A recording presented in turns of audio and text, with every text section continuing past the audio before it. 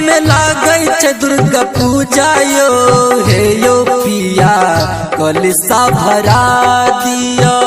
गाँव में लागै छै दुर्गा पूजा यो हे यो पिया कलशा भरा दिया। कलशा भरा दिया पिया यो मेला घुमा दिया।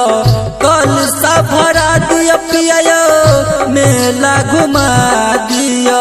संग संग चलू मैया दुआरिया यो हे यो पिया कलशा भरा दिया।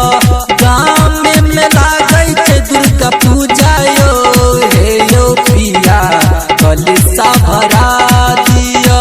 कलशा भरा दिया। Mixed by Kanchan Raj, Kanchan Raj, Kanchan Raj। कलशा भरा दिया। मैया के महिमा पिया छै बड़ महान यो। उनके समांगब पिया एगो संतान यो।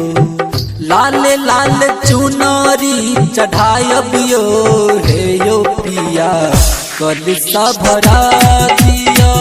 गाँव में लागै छै दुर्गा पूजा यो हे यो पिया कलशा भरा दिया। कलशा भरा दिया। Recording by Jai Ma Durga Music by Kanchan Raj, Kanchan Raj, Kanchan Raj। कलशा भरा दिया। मुकेश मत वाला पिया गाबै छै भजन यो। राइटर तपस्वी पिया भक्ति में मगन यो। साहू प्रकाश के संग जेबै यो हे यो पिया कलशा भरा दिया। गाँव में लागै छै दुर्गा पूजा यो हे यो पिया कलशा भरा दिया। कलशा भरा दिया पिया यो मेला घुमा दिया। कलशा भरा दिया पिया यो मेला घुमा दिया। संग संग चलू मैया दुआरिया यो हे यो पिया कलशा भरा दिया।